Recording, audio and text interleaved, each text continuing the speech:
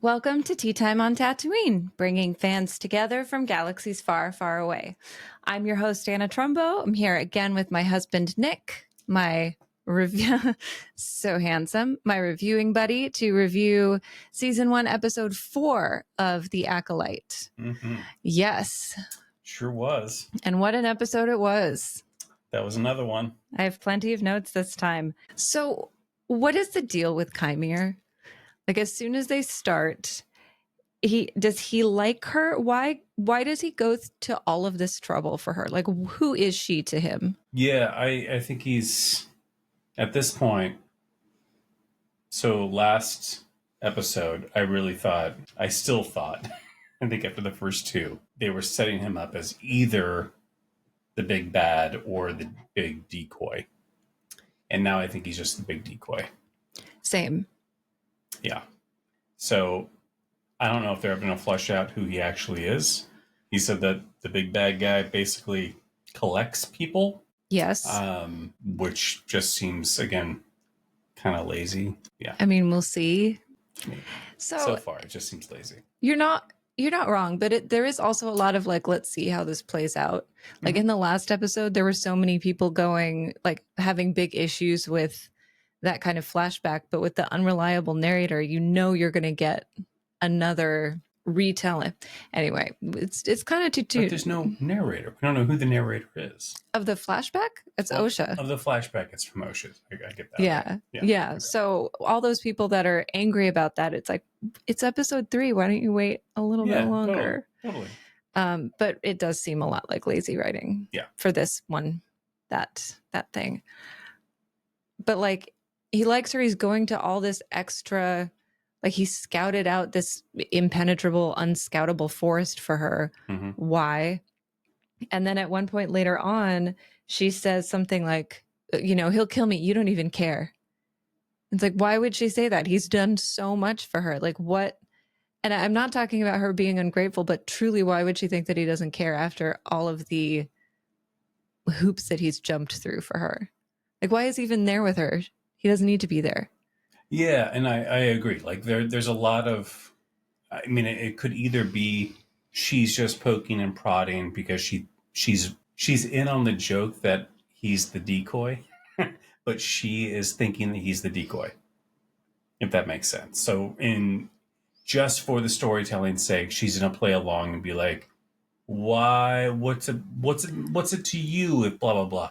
You don't even care. You don't seem to notice blah, blah, blah. You don't know what I'm going through. And she's very clearly like testing him through this like path through the forest. And I think that's just to play along with the idea that he's a decoy. Well, and he's clearly testing her too. And he's like, your sister was very close with that one Jedi. What was his name?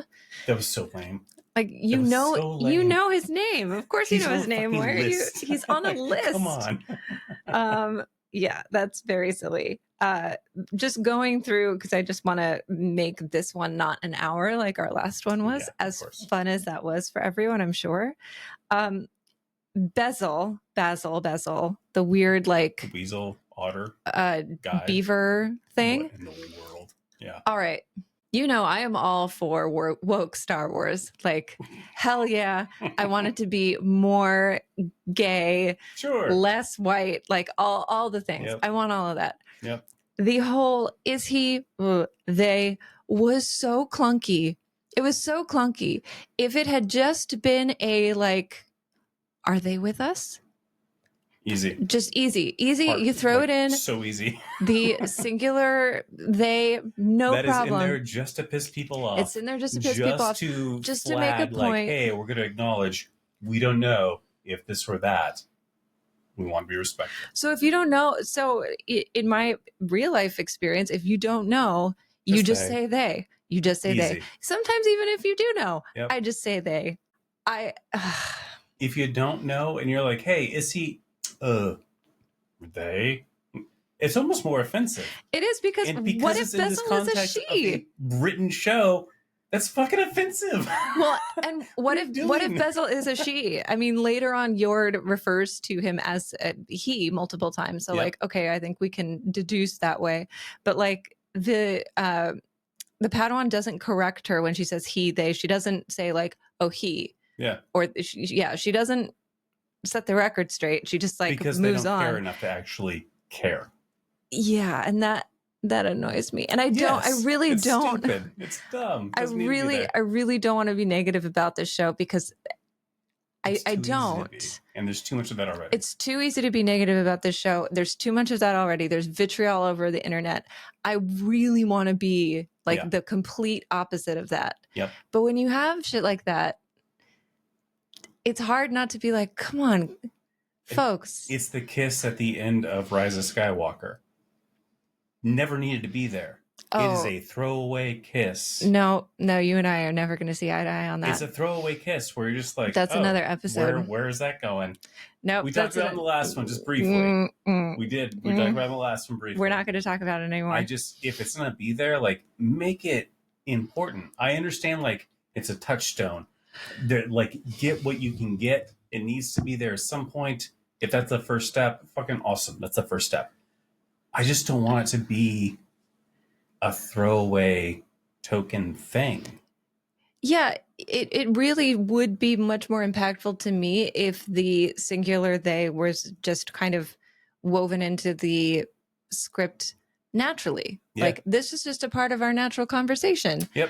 What if the response was, and to call it they go back and forth? Who knows? Yes. Because it's a fucking otter. Which I feel like there's precedent for that type of gender fluidity in Star Wars. Yes. So it's not like this is new. I mean, it might be new in live action, I think. But, like, this is not new to canon. No. So, I don't know. It's just a distraction. Come on. It's just a distraction. It's just a distraction. It's yeah. really unfortunate. But I want to move on from it also, because that whole scene, like, not the whole scene. Oh, God. There's so many things with the episode that bothered me. There's so many things. But the roly-polies around the trees. What problem did you have with the roly-polies around the trees? They didn't need to be there. What purpose did any of that serve? She's getting her force senses back. Yes. Awesome. She sensed a big, weird roly-poly wrapped around a tree that visually was fucking weird. Yeah, it looked like chewed up gum. It looked a little bit like it was on chewed up gum, but at the same time, like, she's walking by it, and if you're a curious 4-year-old, you'd probably touch it because it just looked weird. You need 0 force sense to be curious about the thing to touch it. And they were like, "Oh no, I'm getting my force senses back. This is I think she's saying she sensed that there was something alive in there." Yeah. Which it should have. It's more than just curiosity. So and then the way Soul responded with, like, no, I have this. It's just like, what is this a big deal? And they just cut it in half. Like, it was over the top. It was a weird reaction to what was happening. It did seem a little extra violent. I did make a note that they were very quick to kill it and they didn't try to connect with it.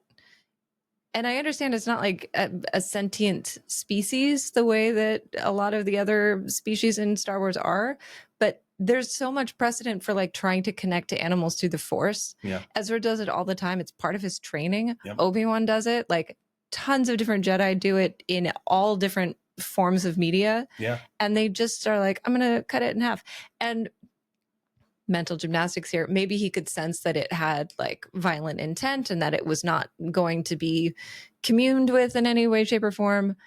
Or maybe he was just a speciesist and was like, oh, it's a fucking bug, So I just think it was a weird, clunky. It did not make me as angry as it made you. Way to try and have her realize, like, I'm starting to reconnect with the Force and feelings and whatnot. I think I had a bigger problem with the fact that she touched it at all, because the Jedi are very academic. They have the Jedi archives and everything. And there's got to be, and I feel like there's precedent for this as well, there's got to be, like, a field team that does research before going somewhere and being like, oh, you're going on a mission to blah, blah, blah. Here's the local, like, flora and fauna. Please don't touch anything like that. Harry Potter kind of, like, wild species. but just like a briefing. Yeah. Like if you're a spy and you go somewhere, you get a dossier on like your mark and your mission and all these different things, just like a little travel log. Going Like to this planet. Yeah. you're going to this planet. You can breathe the air. That is not edible. Do not touch that. These animals are here, blah, blah, blah, blah, blah. Now that is clearly like a pretty uncharted. I mean, it's not uncharted, but like, I just don't touch things you don't know what they are. Even if you think that they're alive. If you think that they're alive and you have this feeling like it's trying to reach out and it wants me to touch it. Kids when we're walking out in the hills. Like, don't touch that horse poop. That's not, don't touch that frog. That'll make you itch for a long time. Yeah. The three, that like ivy over there, don't touch that. Happens all the time. Yeah. But she's not a 7-year-old like the one that we have. So it still didn't make me, but it really did look like black chewing gum stuck onto a tree, which I actually thought was really cool until it was confusing and I didn't understand. Why does Yord hate OSHA so much? Yord's just a dick. Why won't I was gonna say the whole thing of like, I wrote down, who gave you that blaster? And she's like, I found it. You need to turn that over. I really wanted her to like pull it and be like, come take it. She didn't say I found it. She said it's mine. It was given to her for the trip. Okay, like it was given to her. I didn't see that, but that's my. I really wanted that to be her response of just oh like, my gosh. Come take it. Yeah. Like, what in the world? Well, I thought he had gotten over that when he stood up for her in episode 2, when he follows her into the room. It was like, she didn't kill him. I had my eyes on her the whole time. The Jedi was dead when we arrived. Yep. Like, that was in my mind the moment where he came to grips with like, she's not a prisoner. You can take the stick out of your ass. Yeah. I mean, I think that stick is permanently wedged there, but I quite literally wrote why is Yord on OSHA's dick? Like, get off my dick. Yeah. You're so, he seems to resent her. I think maybe he resents that he worked really hard. He had to pass his trials. She left. She never passed her trials, and now she's back and she's on missions. And what makes sense from a character standpoint is that he resents that because of all the work he put in and because of the perceived lack of work that he thinks she put in. And like, why is she getting to do all this stuff when I had to work so hard for it? Which actually makes sense. It's a really good motivation for resentment. It's a really good motivation for resentment, but none of that comes across. All they need is 30 seconds of him interacting with Jackie. Why does she get such special treatment? I worked hard to pass the trials. She shows up out of nowhere. And she gets to go on missions. Yeah. And I think what's more likely going to happen is that she's more gifted than he is. Maybe she's always been more sensitive. That seems obvious. Yeah. It seems obvious, but it could take 30 seconds again to just explain that. Yeah. Or for him to, and I'm usually not one for like overt exposition because it can be really like, okay, show don't tell is like rule number 1. Yeah. But spoon-fed much. It makes so much. I mean, it's actually a really natural thing for Jackie to kind of sidle up to him and be like, so you knew OSHA. What's she like? Yeah. Like, she's so curious about her. She's her master's former Padawan. It's natural she would have a lot of, she's already expressed a lot of curiosity in her, but just be like, what was she like? Yep. And figure it to be like, I was at the Jedi Temple since I was 3. She shows up when she's 8. She's already like so much more powerful than me. Just to shows up handicapped with this attachment and loss. Like handicapped. I mean, in his mind, but like, it's just, it could have been done well in a way that, yeah. It bums me. There are holes that just they do need to be filled. I know. Yeah. And also, we didn't get much Wookiee Jedi. We got 0 Wookiee I wrote Jedi. this at the end. Deeply disappointed. Not more Wookiee Kalnaka. Like I said it at the end of the first episode. I literally said that's my favorite part of the whole episode was seeing the Wookiee Jedi for 5 seconds. Yep. And that's about as much as we got of him in this episode. Yeah.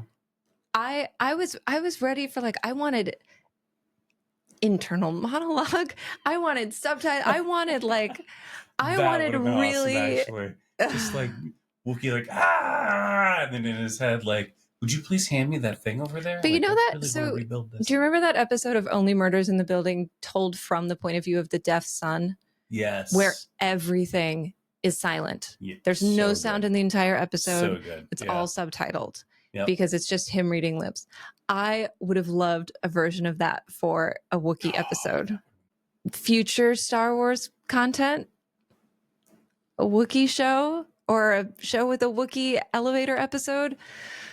That would be really cool. I'm hoping, again, like, we've got to get more flashback, at least one more retelling of that last episode. So I'm hoping we get a little bit more of him there. With all the gaps that they're leaving, I almost want there to be a lot more flashbacks just to explain what's happening. Oh my God. And I feel like, I mean, he never interacted with any, there's never like nothing. Yeah. There's no reason. He was the one who could sense that the kids were there. Yeah.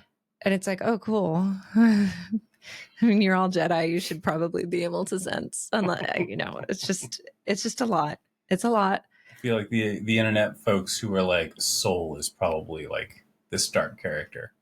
We know that's not true now. Why? In the same space.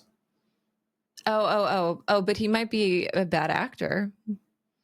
We still don't know. Maybe. I don't think he is. I don't think he is. But he did react. He seemed very agitated. And I think that was probably why he reacted the way he did to the flying roly-poly. Just because he seemed agitated this whole episode. And then he said, when we get May back to the ship, I'll tell you everything, I promise, to Osha.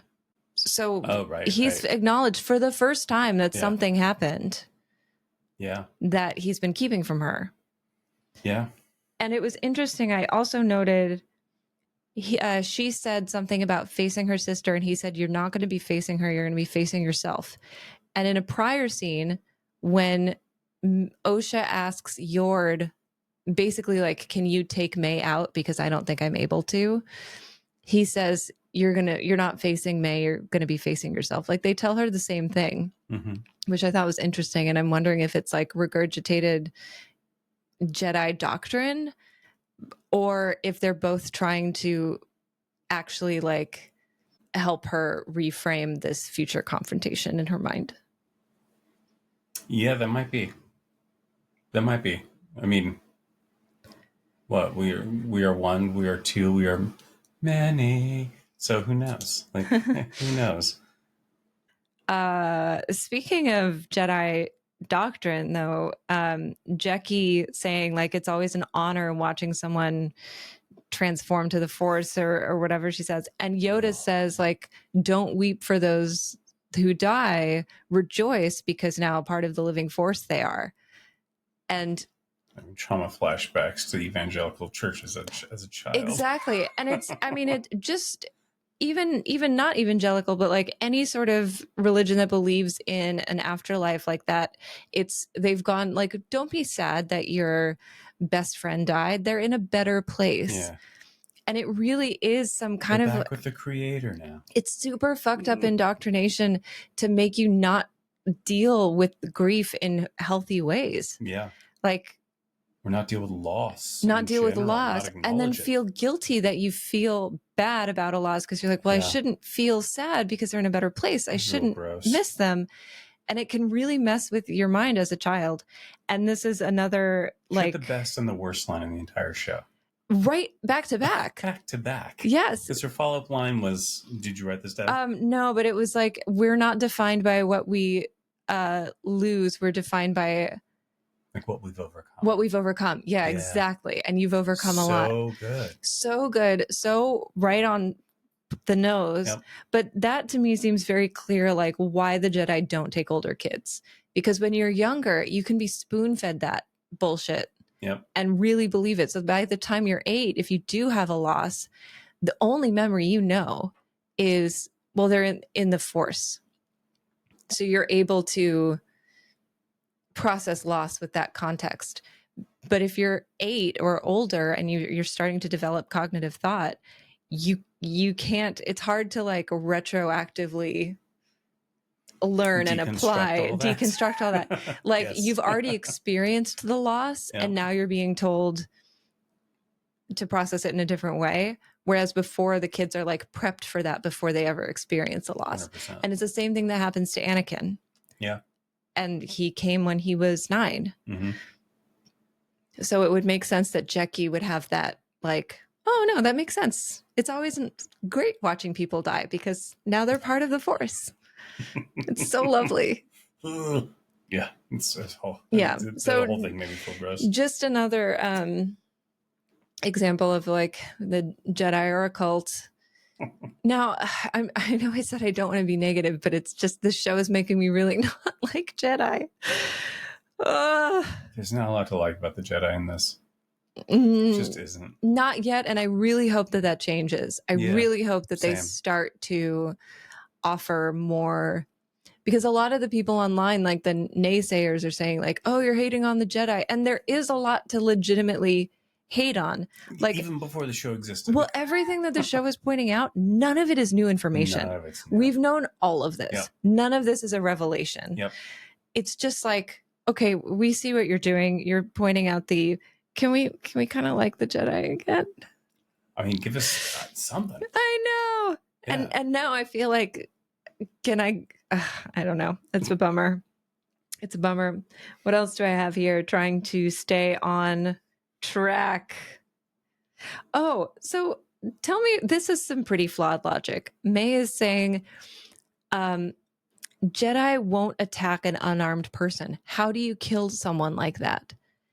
And I was trying to play that out and was like, if you're unarmed and the Jedi won't attack you, wouldn't that make them easier to kill because they won't attack you?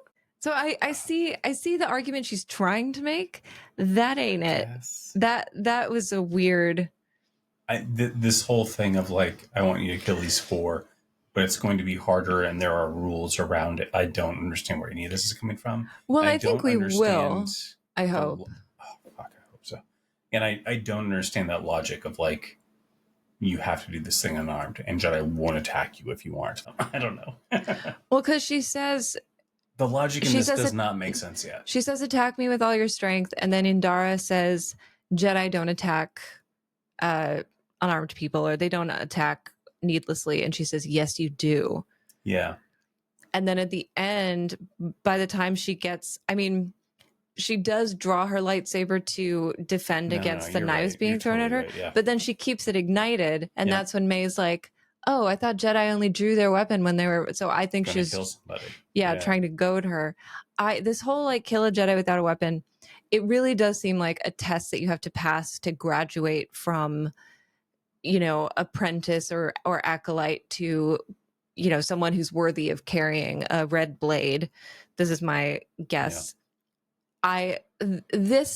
This confusion is something that I feel comfortable saying. I think we'll learn more, so I'm not mad about it right now. Same. I hope we'll learn more.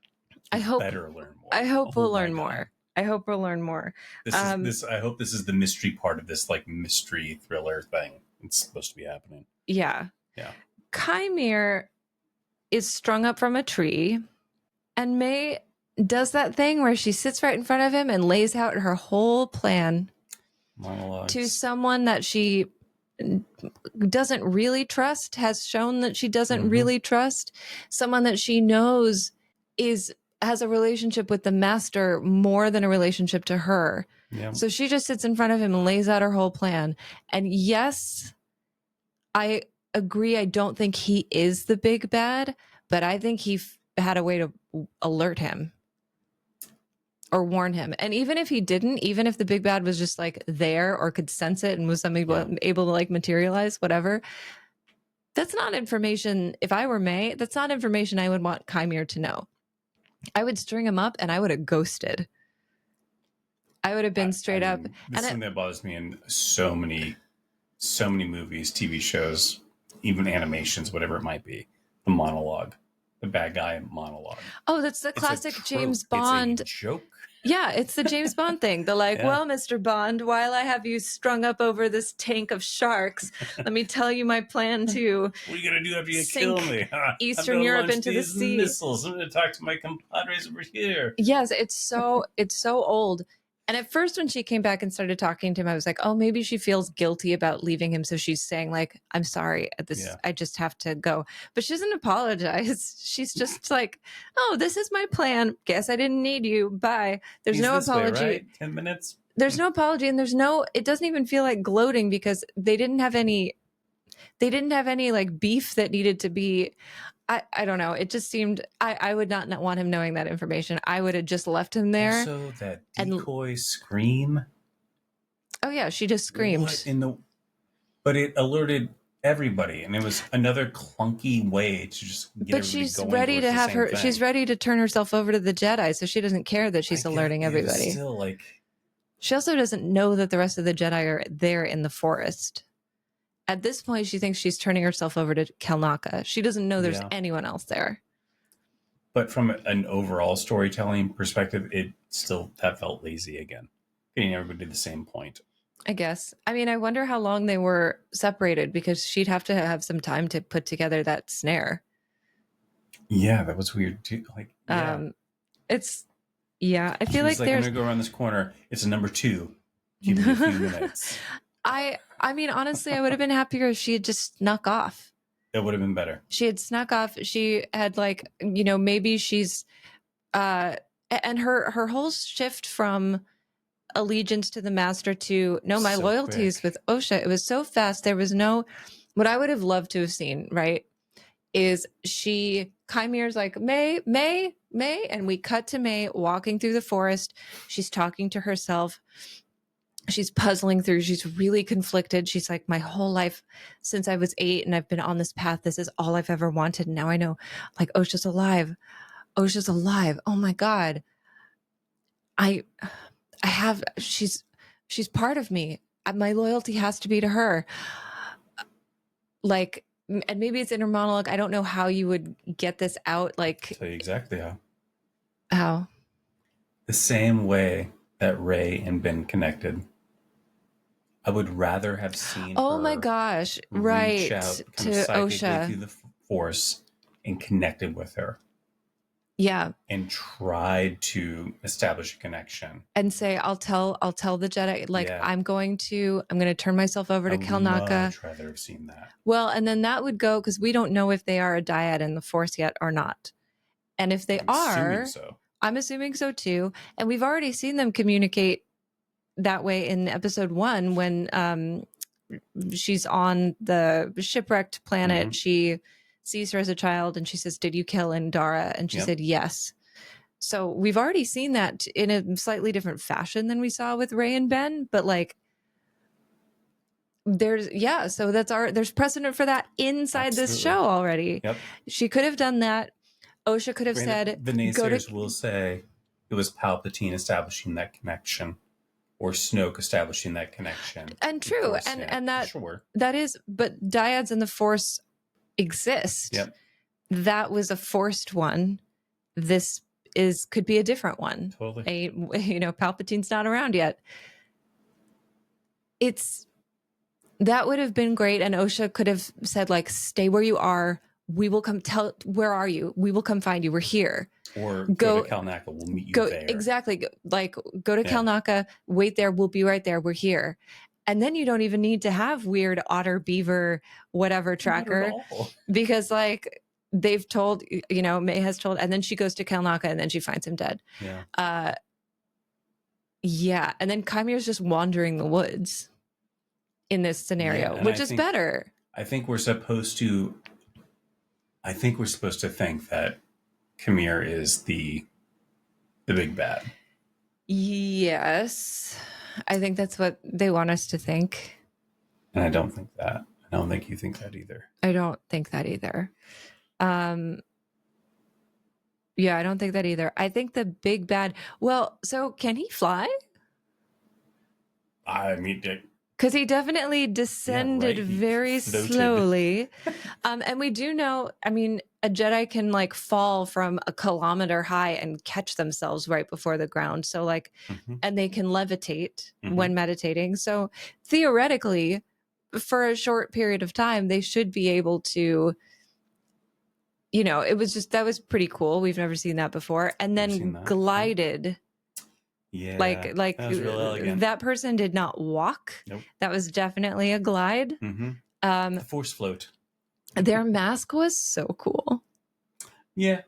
Like the teeth and the cool Kylo Ren's mask, I felt like. Really? No way. Like just the teeth were so teeth. different. Kylo Ren's mask doesn't have teeth.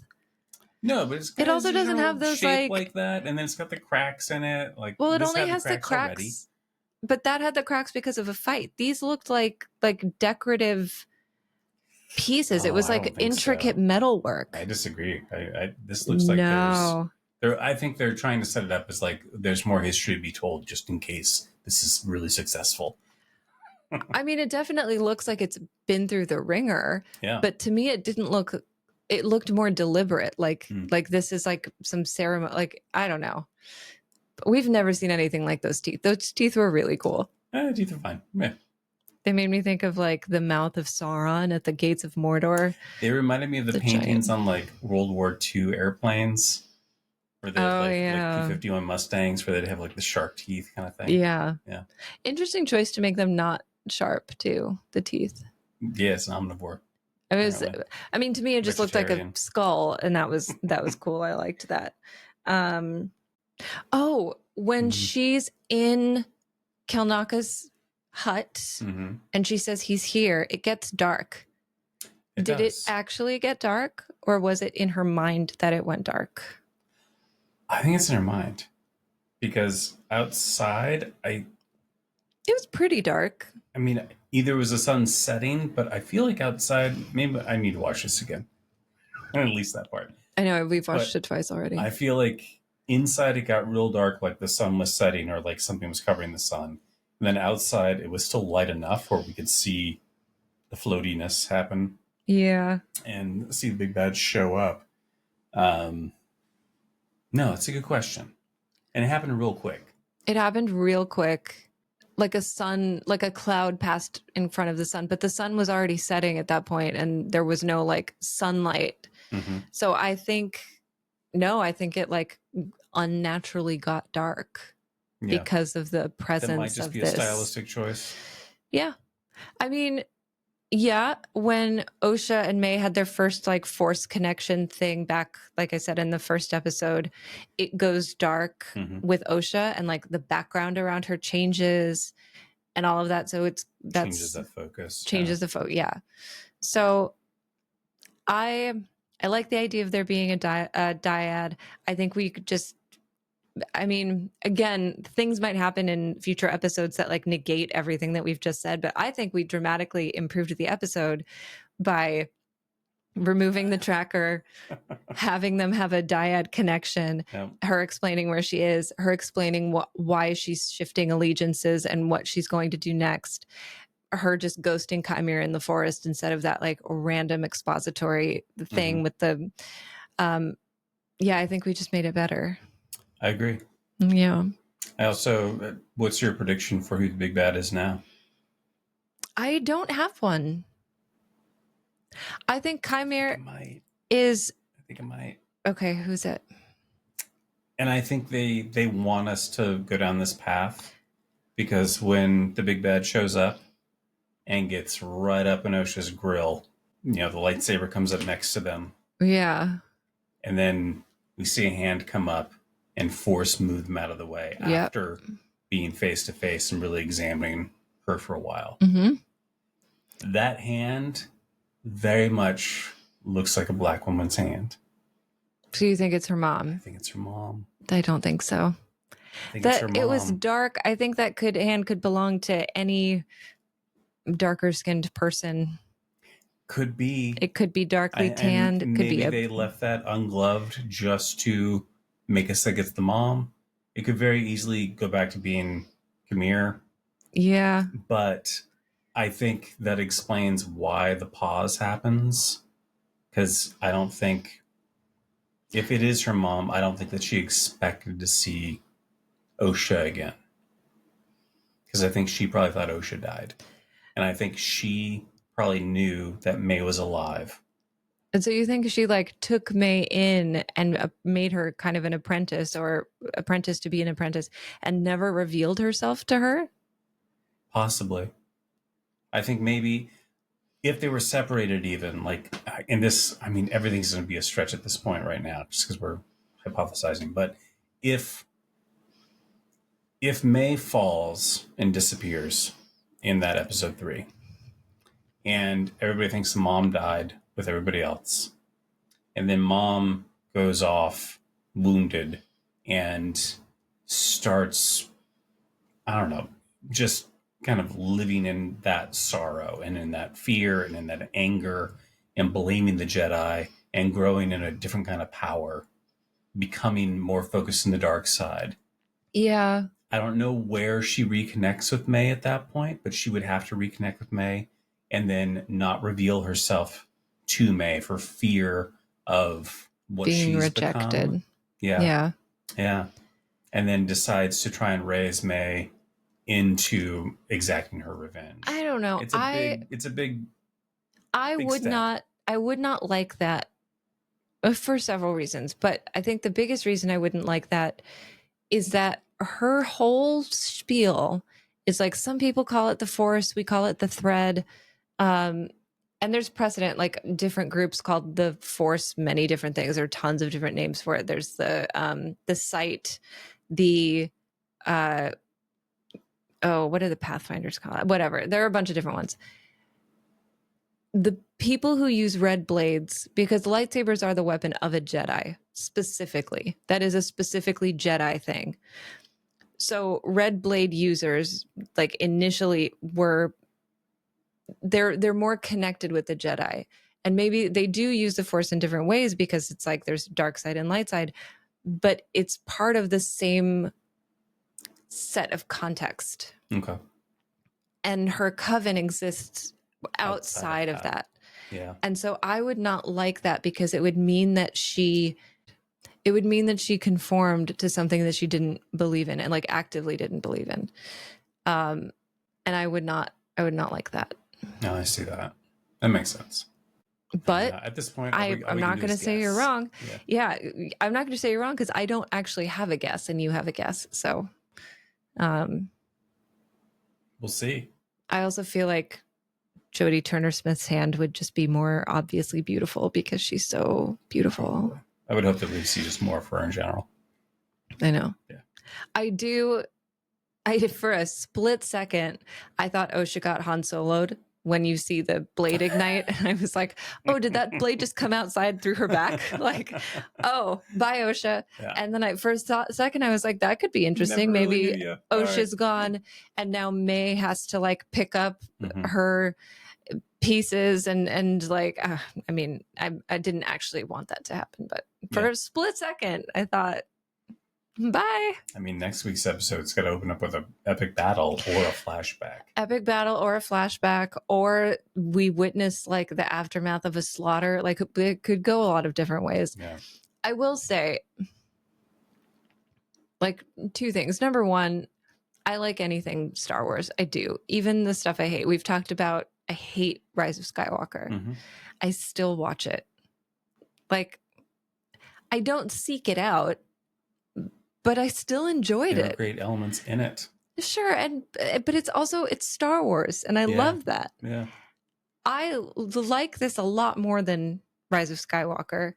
I still find so much for it to be interesting, so much to be interested in.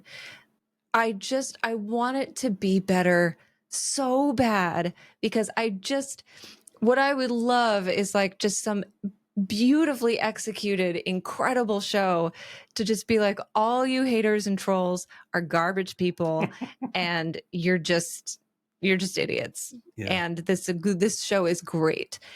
And I keep finding myself thinking, don't prove them right. And they're not right about the reasons that they hate the show, like the reasons that they hate the show. Level of vitriol and anger. Oh yeah, it's insane. Yeah. But it's just not as good as I want it to be. Yeah. And again, we're only 4 episodes in. I believe in I'm going to give everything its fair shot. Even if I hated it, which I don't, I would still watch every episode. Yeah. I would still watch every episode. But I mean, we are in a very strange time in Hollywood and in like projects and how they get produced in general, where nobody wants to take a risk, nobody wants to draw outside the lines. And I feel like, especially with Star Wars, I mean, this show has $180 million budget. It's fucking massive, and I cannot see where this budget went.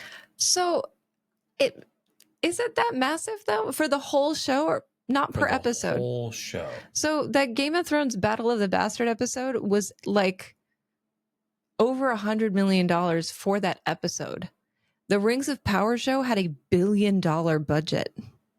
Was it billion? I thought it was like a 750 million. I don't think so. I'll retcon myself if that's incorrect, but it was significantly more than 180 million. Yeah. And so that Battle of the Bastards episode, that wasn't the most expensive episode of Game of Thrones. It was the most expensive episode of Game of Thrones at the time. And then it got beat by like 2 or 3 more episodes in the series before it ended. 8 years ago, 7 years ago. 8 years ago, 7 years ago. And it was, I think there were a couple episodes that topped $100 million each. So 180 million for a season for Disney, it doesn't seem that high. I mean, if those are appropriate numbers, sure. Yeah. I mean, I might just be completely wrong. Just in terms, budget aside, even like less content is being created in general. And the content that is being created is trying to play within such a safe space of ensuring like monetary feedback and monetary like profit in general. So I think what we're going to see is not a lot outside of the lines, not a lot of risk taking. We're going to see a lot of just super basic storytelling within the confines of properties that people will like regardless. And I think that's a bummer, because I would really love to see, I think this is why people clamor about Andor, because it was such an outlier. And it was like such great storytelling within Star Wars. And we've talked about this before. Like, it doesn't need to be a Star Wars show. It was just good. It was just good. And this is only okay because it's a Star Wars show. Yeah. Well, and a lot of shows, will and movies will try to cater to fan service like too hard. It does feel a little bit like this is trying to do the opposite on purpose, when it's like, just let it be the thing that it is. Yeah. And that's maybe where the cartoons got a break, is that they were like, no one gives a shit what we do. Yeah. We can tell any story we want. There's not a lot of, it's just like, George, and George is cool with everything weird. But also, like, the stakes aren't that high. There's not a ton of people are going to watch this weird thing.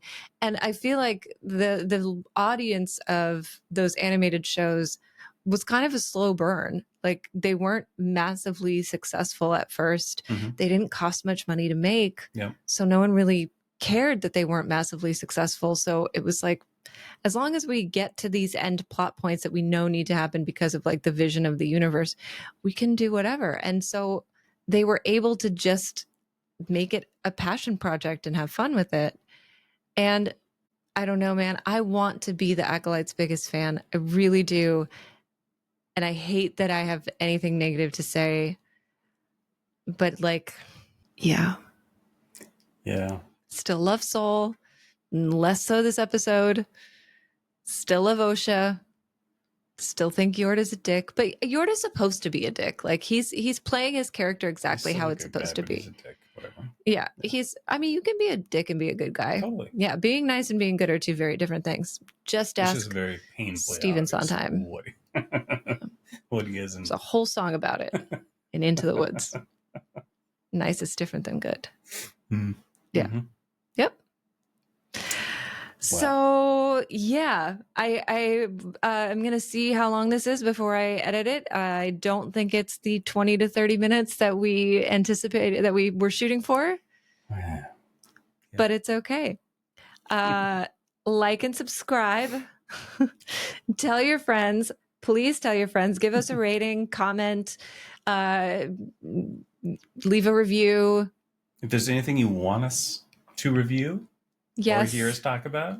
Because once this is done, we'd still like to do week to week content. Yeah. The podcast is like every other week with interviews. I think it's kind of easy to keep it that way, but it would be fun to be able to put out something every week. And, maybe it's reviews, maybe it's something else. Who knows? Maybe We're open to watch us feedback. put together Legos. Oh, yeah. I mean, happy to put together. Send us Legos. Yes. Yeah. Send us Legos and then we can put them together. And yeah, if you have any other questions or things we want to talk about, you can reach out teatimeontatooine@gmail.com. You can find me on Instagram at teatimeontatooine, on Tic-Tac-Toe. I sound really old. Like the orange ones. Like the orange. Ew, God. I know. They taste like vomit. What is wrong with you?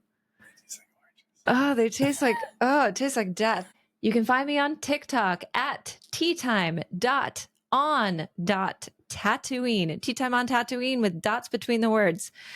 Confirmed. Oh.